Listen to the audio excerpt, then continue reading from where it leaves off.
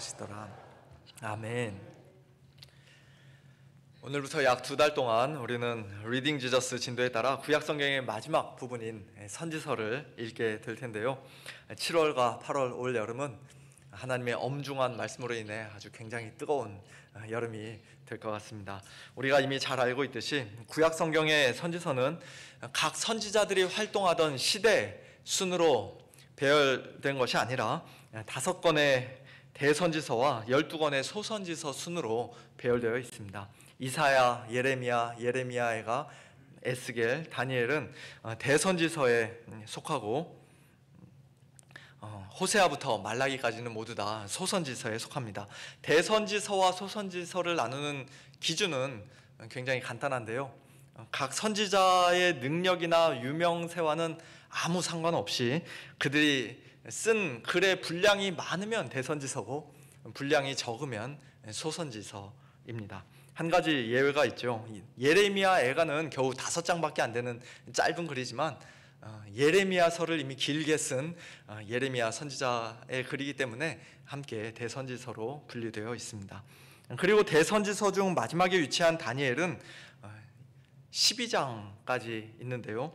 소선지서에 속하는 호세아나 스가랴가 14장까지 있기 때문에 언뜻 보면 뭔가 좀 잘못된 거 아닌가, 착각한 거 아닌가 그런 생각을 할 수 있습니다만, 그러나 성경의 장절 구분은 나중에 한참 후에 학자들이 한 것이고, 순수하게 글의 분량으로만 따지면 다니엘서가 훨씬 더 많습니다. 그래서 다니엘서를 대선지서로 분류한 것입니다. 어쨌든 오늘 이사야서부터 시작하는 구약성경 선지서 읽기, 이 뜨거운 여름 여행을 통해 저와 여러분 모두가 다 살아계신 하나님을 다시 한번 인격적으로 생생하게 만나 뵙고, 또 옛 선지자들이 그토록 고대하고 사모했던 메시아 예수 그리스도를 더욱더 깊이 알아가는 그런 귀한 은혜가 풍성히 넘치기를 간절히 소원합니다. 이사야는 이사야서 1장 1절 말씀과 같이 남유다 왕국의 여러 왕들인 우시야와 요담과 아하스와 히스기야 시대에 활동했던 선지자입니다. 네 왕을 거칠 동안 아주 오랫동안 수십 년 사역을 했던 사람이죠.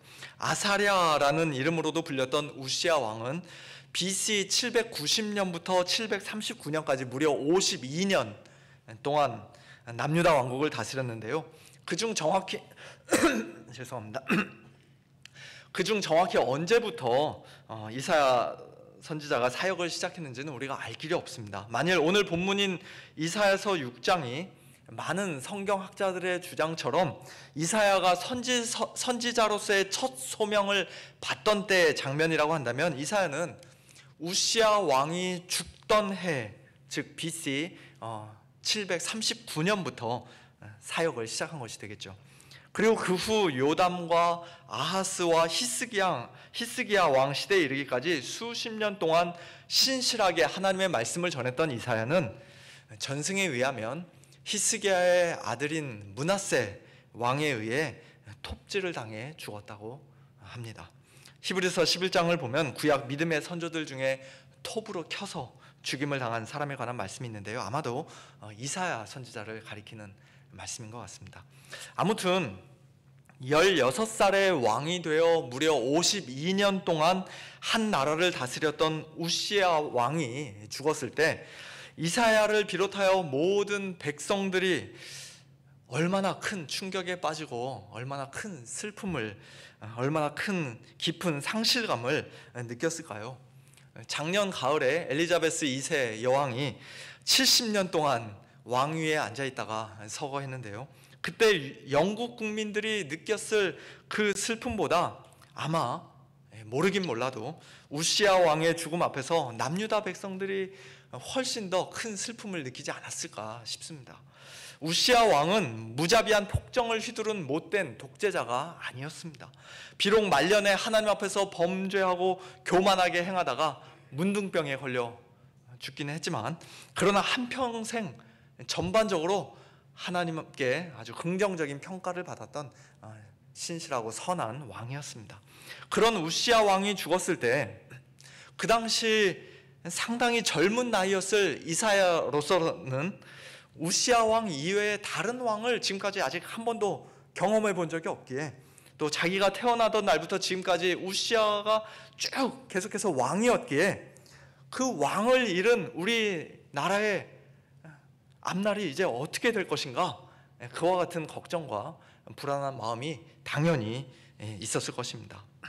BC 739년이면 북이스라엘 왕국이 아수르 제국에 의해 멸망한 BC 722년까지 불과 17년밖에 남지 않은 그런 시기인데요.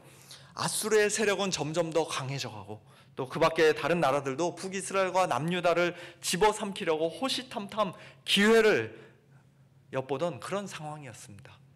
죽은 우시아 왕의 뒤를 이어 이제 그의 아들이 겨우 25살밖에 되지 않은 요담이 왕이 되어 남유다 왕국을 이제 다스리게 될 텐데, 새파랗게 젊은 왕이, 정치 경험이라고는 전무한 그 왕이 이 어려운 시기에 과연 나라를 잘 이끌어갈 수 있을 것인가, 이사야와 백성들은 심히 불안했을 것입니다. 바로 그와 같은 때에 이사야는 하나님을 만난 것이에요.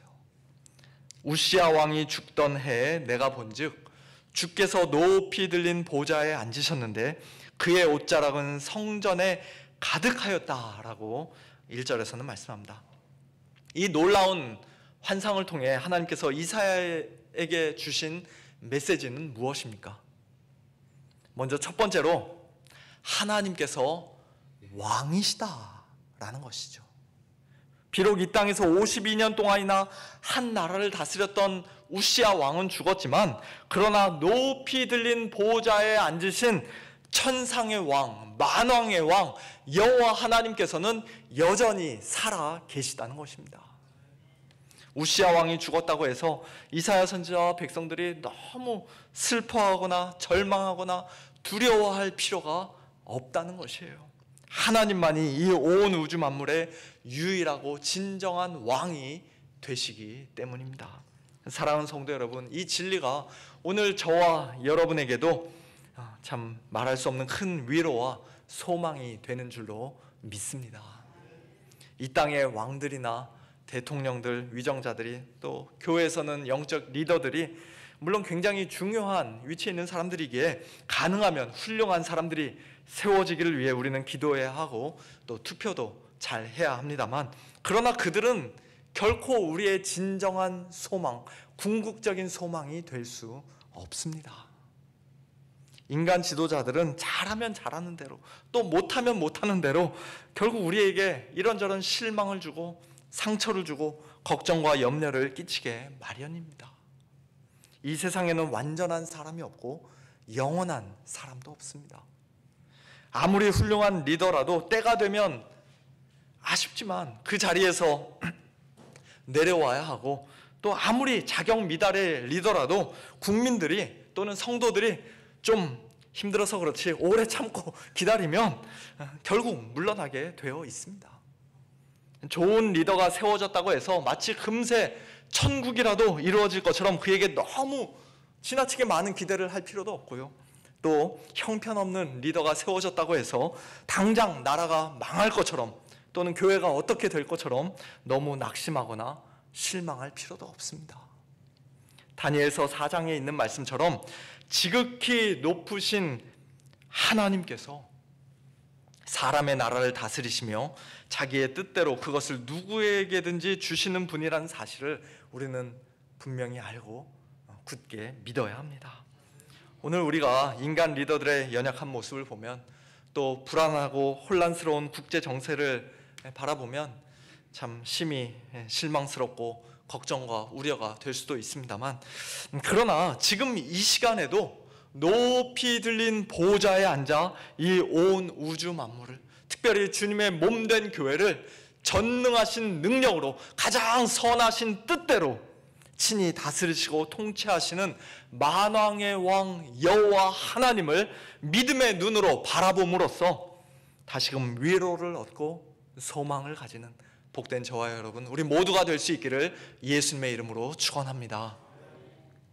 두 번째로 이사야가 성전 환상 가운데서 만났던 하나님은 거룩하신 하나님이십니다.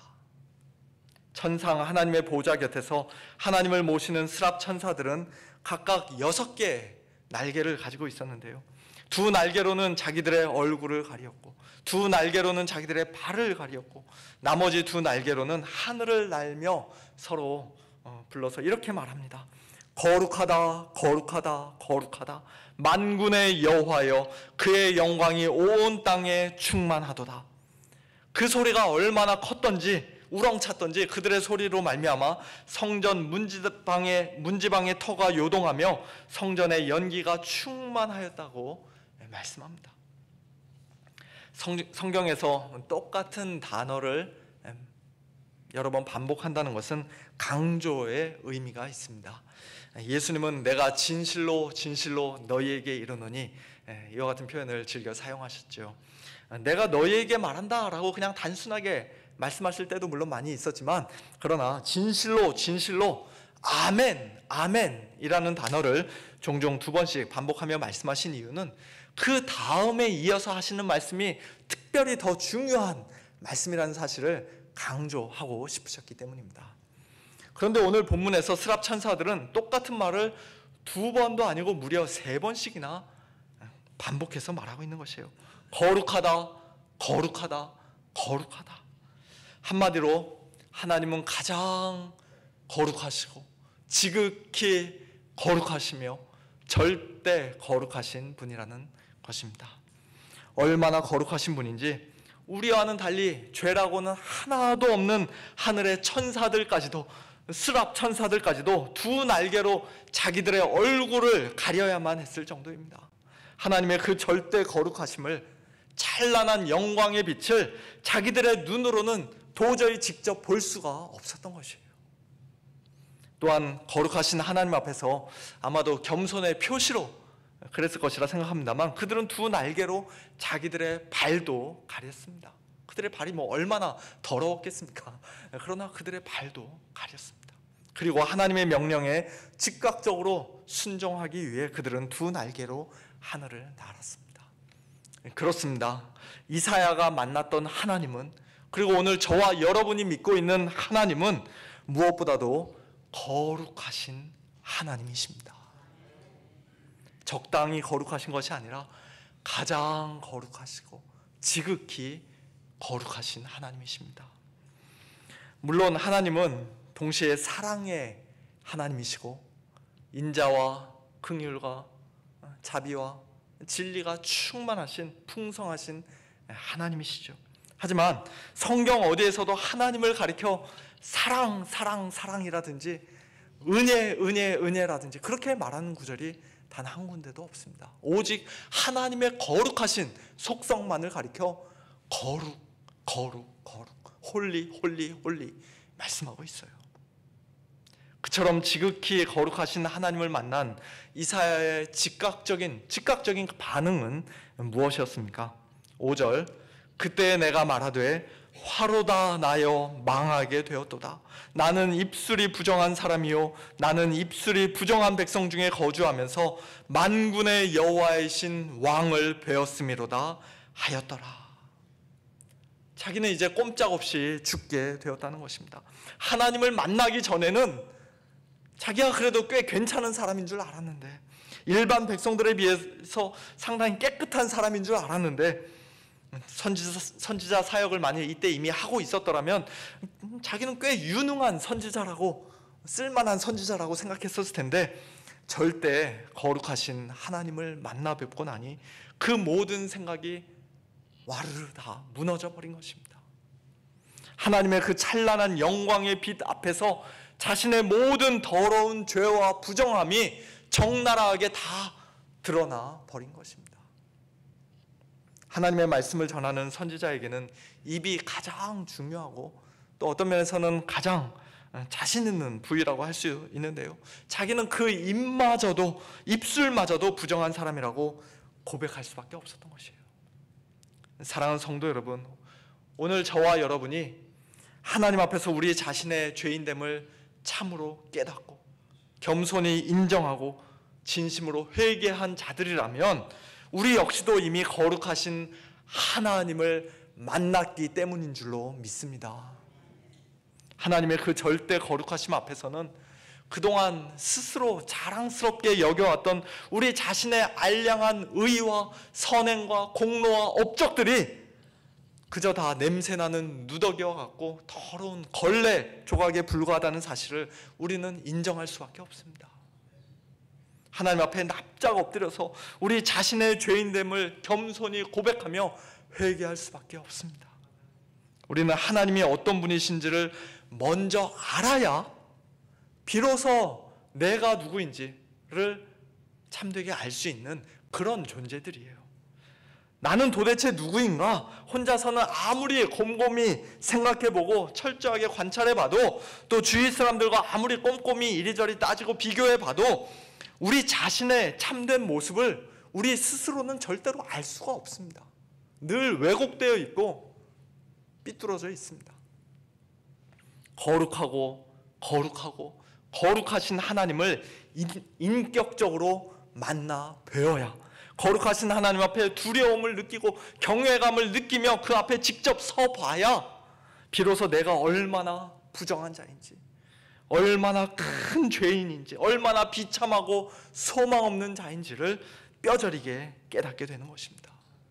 이와 같은 복이 우리 모두에게 있게 되기를 간절히 소원합니다. 셋째로, 이사야가 만난 하나님은 이처럼 왕이신 하나님이요, 또 거룩하신 하나님이실 뿐만 아니라 동시에 용서의 하나님이시기도 했습니다. 6절과 7절, 그때 그 스랍 중에 하나가 부젓가락으로 제단에서 집은 바 핀 숯을 손에 가지고 내게로 나와서 그것을 내 입술에 대며 이르되, 보라, 이것이 내 입에 닿았으니 내 악이 제하여졌고 내 죄가 사하여졌느니라 하더라. 하나님께서 우리의 죄악을 밝히 드러내시고 우리 자신의 영적 실체를, 비참한 실상을 똑똑히 보게 하시는 이유는 우리를 죽이고 멸망시키기 위해서가 아니라 다시 살리고 고쳐주시기 위해서입니다. 호세아 6장 1절 말씀과 같이 하나님은 우리를 찢으신 후에 도로 낫게 하시는 분이요, 우리를 치신 후에 다시 싸매 주시는 분이십니다. 이사야가 자기는 입술이 부정한 자라고 탄식하며 자기의 죄인됨을 고백했을 때 하나님께서는 스랍 천사를 통해 이사야의 입술에다가 불핀 제단의 숯을 갖다 대게 하심으로써 그의 악을 제하시고 그의 죄를 사해 주셨습니다. 절대 거룩하신 하나님의 영광의 불에 순식간에 삼킴을 당하고 소멸당하고 새까맣게 타 죽어야 마땅했던 죄인 이사야였지만 오히려 다른 희생 제물이 피 흘려 죽임을 당했던 성전 제단 불의 숯으로 이사야의 부정한 입술을 하나님께서는 정결하게 하시고 그의 모든 죄를 깨끗이 용서해 주신 것입니다. 이게 얼마나 크고 놀라운 은혜입니까? 우리 하나님은 용서의 하나님이십니다. 자기의 의와 공로를 자랑하며 하나님 앞에서 고개를 빳빳이 들고 서 있는 바리새인 같은 사람들이 아니라 절대 거룩하신 하나님 앞에서 감히 고개도 높이 쳐들지 못하고 자기의 가슴을 치며 하나님이여 나를 불쌍히 여기소서, 나는 죄인이로소이다 탄식하는 세리 같은 죄인들을 우리 하나님은 기쁘게 용서해 주시고 의롭다 여겨 주십니다. 사랑하는 성도 여러분, 오늘 저와 여러분 역시도 이처럼 용서의 하나님, 용서해 주시는 하나님을 이미 만난 자들인 줄로 믿습니다. 혹시라도 아직 만나지 못하셨다면 만나셔야 합니다. 어디서 만납니까? 예수 그리스도 안에서, 예수 그리스도를 통해서 우리는 용서의 하나님을 만날 수 있습니다. 우리의 모든 죄를 위한 완전한 희생 제물, 예수 그리스도의 그 보배로운 피가 뿌려진 십자가 위에서의 제단 숯불로 하나님께서는 우리의 부정한 입술, 죄악된 입술을 정결하게 해주십니다. 우리의 더러운 마음, 추악한 마음을 깨끗하게 해주십니다. 탐욕으로 가득한 우리의 눈을, 음란한 눈을 거룩하게 해주십니다. 우리의 막힌 귀를 뻥 뚫어주시고 우리의 마른 손은 굳어버린 손을 활짝 펴주십니다. 우리의 모든 죄를 사하시고 이제 우리를 완전히 새로운 피조물로, 새 사람으로 재창조해 주십니다. 그래서 이제 우리로 하여금 하나님께서 새롭게 맡겨주시는 사명을 능히 감당할 수 있는 자들로 만들어 주시는 것이에요. 마지막 네 번째로 오늘 본문에서 이사야가 만난 하나님은 그에게 사명을 주시는 하나님이셨습니다. 8절, 내가 또 주의 목소리를 들으니 주께서 이르시되 내가 누구를 보내며 누가 우리를 위하여 갈꼬 하시니 그때 내가 이르되 내가 여기 있나이다 나를 보내소서 하였더니. 이 구절만 따로 떼어놓고 읽으면 우리가 자칫 오해할 수도 있을 것 같아요. 하나님께서 누군가를 보내고 싶어 하시는데 마땅한 사람이 없어서 어떡하나, 누구를 보내야 하나 참 안타까워하시고 발을 동동 구르시니까 이사야가 마치 선심을 쓰듯이 제가 가겠습니다 라고 용감하게 손을 든 것처럼 보입니다만, 그러나 사실은 그렇지 않죠. 어떤 면에서는 이사야 들으라고 하나님께서 내가 누구를 보내며 누가 우리를 위하여 갈꼬 그 말씀을 하신 것입니다. 이사야에게 사명을 맡기시려고 일부러 그 말씀을 하신 것이에요. 그리고 죄사함의 은혜를 받은 이사야는 하나님께서 맡겨주신 그 사명을, 비록 자기 자신은 너무나도 부족하고 연약하지만 그러나 주님께서 가라 하시면 가겠습니다, 순종하는 마음으로, 자원하는 마음으로 헌신했습니다. 나 같은 죄인을 하나님의 나라와 영광을 위하여 사용해 주시는 것만으로도 저에게는 너무나 큰 은혜입니다. 영광입니다. 정말 감사합니다. 그와 같은 겸손한 마음으로, 감사하는 마음으로 그는 헌신했습니다. 9절부터 보면 그에게 주어진 사명이 결코 쉬운 것이 아님을 우리는 알 수가 있습니다. 여호와께서 이르시되 가서 이 백성에게 이르기를 너희가 듣기는 들어도 깨닫지 못할 것이요 보기는 보아도 알지 못하리라 하여 이 백성의 마음을 둔하게 하며 그들의 귀가 막히고 그들의 눈이 감기게 하라. 염려하건대 그들이 눈으로 보고 귀로 듣고 마음으로 깨닫고 다시 돌아와 고침을 받을까 하노라. 참 이상한 사명이죠. 신약 성경에서도 여러 번 인용된 말씀입니다. 네가 이 사명을 충성스럽게 잘 감당하면, 내 말을 사람들에게 신실하게 잘 전하고 증거하면 수많은 사람들이 회개하면서 나에게 돌아올 것이다. 남유다 왕국이 망하지 않고 영원히 계속될 것이다. 하나님께서 그렇게 말씀하셨다라면 이사야 선지자도 참 얼마나 보람이 있고 기뻤겠습니까? 하지만 하나님께서 이사야에게 하신 말씀은 그것과 완전히 정반대였습니다. 그가 하나님의 말씀을 아무리 열심히 전하고 신실하게 전해도 이스라엘 백성은 깨닫지 못하고 알지 못할 것입니다. 오히려 그들의 마음이 더 둔하게 되고 귀가 막히고 눈이 감기게 될 것입니다. 하나님께로 돌아오지도 않고 고침을 받지도 못할 것입니다. 결국 남유다 왕국은 망하게 될 것이며 백성들은 멀리 포로로 끌려갈 것입니다.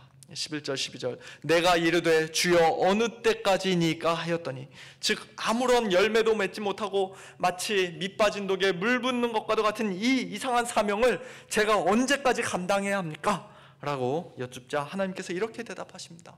성읍들은 황폐하여 주민이 없으며 가옥들에는 사람이 없고 이 토지는 황폐하게 되며 여호와께서 사람들을 멀리 옮기셔서 이 땅 가운데서 황폐한 곳이 많을 때까지니라. 한마디로 나라가 망할 때까지 이 사명 계속 감당하라는 것이죠. 불행 중 다행히도 이사야는 남유다 왕국의 멸망을 직접 자기 눈으로 보지는 못하고 죽었는데요. 어쨌든 이스라엘의 불신앙으로 인한 그 멸망이 얼마나 무섭고 철저한지 13절에서는 그 중에 10분의 1이 아직 남아있을지라도 그 10분의 1조차, 그 남아있는 것조차 황폐하게 될 것이라고 말씀합니다. 밤나무와 상수리나무가 배임을 당하듯 모두가 다 배임을 당하게 될 것이라고 말씀합니다. 그러나 그와 같은 철저한 멸망과 무서운 심판 속에서도 하나님께서는 한 가지 소망의 말씀을 이사야에게 주셨습니다. 밤나무와 상수리나무가 배임을 당하여도 그 그루터기는 남아있는 것 같이 거룩한 씨가 이 땅에 그루터기니라. 비록 모든 백성이 다 하나님의 말씀을 거절하고 나라가 완전히 망할지라도 배임당한 나무 그 밑바닥에 그루터기는 아직 남아있는 것처럼 거룩한 씨는, 즉 하나님께서 택하신 자들, 남겨주신 자들은 구원받게 될 것이라는 놀라운 약속의 말씀, 소망의 말씀인 것입니다. 이사야 선지자는 평생 백성들의 온갖 모욕과 박해에도 불구하고 그들의 불신앙과 완고함에도 불구하고 아마 이 소망 하나 끝까지 붙들고 충성스럽게 사명을 감당했을 것입니다.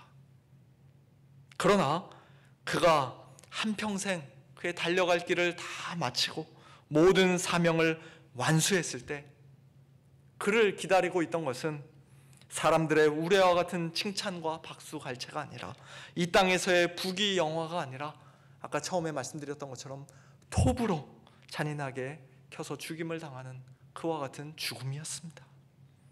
인간적으로 보면 참 너무나도 안타깝고 속상한 일 아닙니까? 하지만 그것까지도 하나님의 주권에 속하는 것입니다. 하나님께서 맡겨주신 사명을 우리가 아무리 충성스럽게 잘 감당한다 할지라도 그 사역의 열매가 당장 눈에 띌 정도로 풍성하게 맺히지 않을 수 있습니다. 항상 똑같이 정비례하는 것은 아닙니다. 또한 사명을 끝까지 잘 감당한 자에게 하나님께서는 언제나 이 땅에서의 좋은 것으로 상급을 주시는 것도 아닙니다. 오히려 그렇지 않을 때가 훨씬 더 많지 않습니까?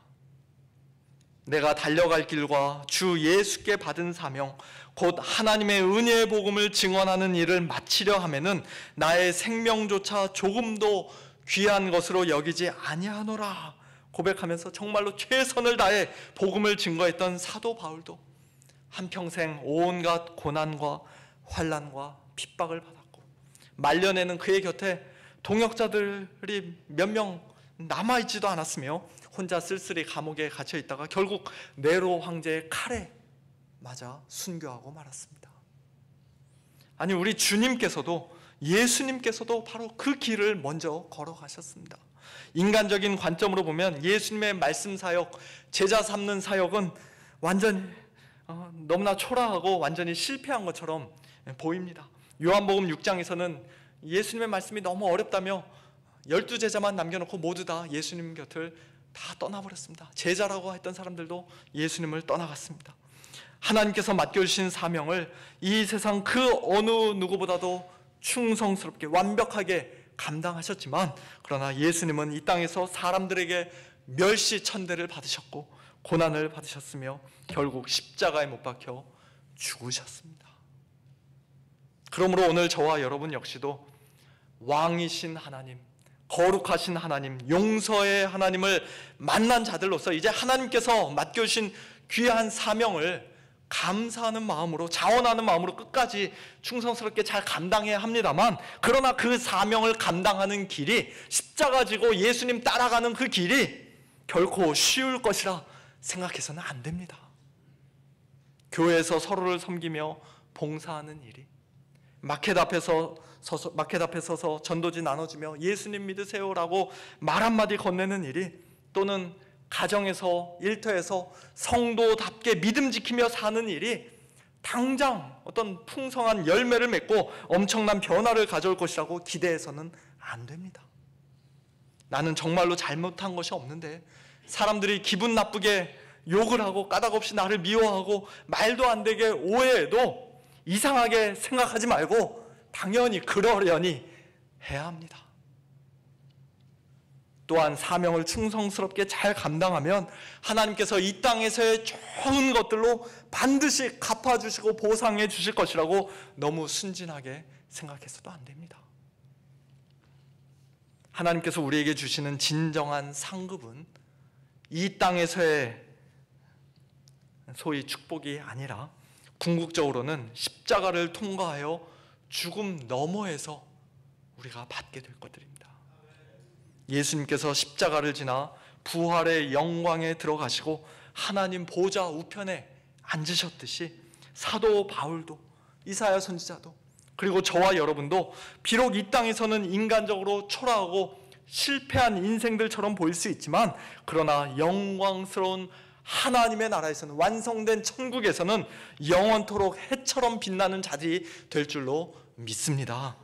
이 믿음 가지고 오늘도 하나님께서 맡겨주신 귀한 복음의 사명, 주님 앞에 서는 그날까지 충성스럽게 잘 감당하는 복된 저와 여러분, 그리고 우리 서문 장로교회가 될 수 있기를 예수님의 이름으로 축원합니다. 함께 기도하겠습니다. 하나님 아버지, 감사합니다. 일찍이 이사야 선지자가 만나 배웠던 하나님께서 높이 들린 만왕의 왕이신 하나님, 절대 거룩하신 하나님, 용서해 주신 하나님, 그리고 사명을 주시는 그 하나님께서 오늘 저희들의 이 예배를 받으시는 동일한 하나님이신 줄로 믿고 감사를 드립니다. 저희 스스로는 하나님이 어떤 분이신지, 우리는 누구인지, 또 이 땅에서 우리가 과연 어떻게 살아야 할 것인지 도무지 알 수가 없었지만, 그러나 하나님의 계신 성경 말씀을 통해 또한 우리 주 예수 그리스도 안에서 저희들을 친히 찾아오시고 만나주시고 용서해 주시고 귀한 사명 주신 하나님의 그 크신 은혜로 말미암아 오늘 저희들이 지금 이 복된 자리에 있는 줄로 믿습니다. 저희 모두에게 믿음을 더하여 주셔서 하나님을 더욱더 깊이 알고 우리 자신을 더욱더 바르게 알며 또 구원의 복음을 분명히 아는 그와 같은 참된 지식, 복된 지식 가운데 늘 거하는 저희 모두가 되게 하여 주시옵소서. 맡겨주신 귀한 사명 끝까지 충성스럽게 감당하는 저희 모두가 되게 하여 주시옵소서. 혹시라도 저희 가운데 아직 하나님을 만나지 못한 영혼들 있다면 하나님 아버지, 그들에게도 동일하게 은혜를 베풀어 주셔서 그들을 찾아가 주시고 만나 주시고 구원하여 주시고 참 하나님의 사람으로 변화시켜 주시옵소서. 모든 것 감사드리며 예수님의 이름으로 기도하옵나이다. 아멘. 우리 다 같이 찬송가 214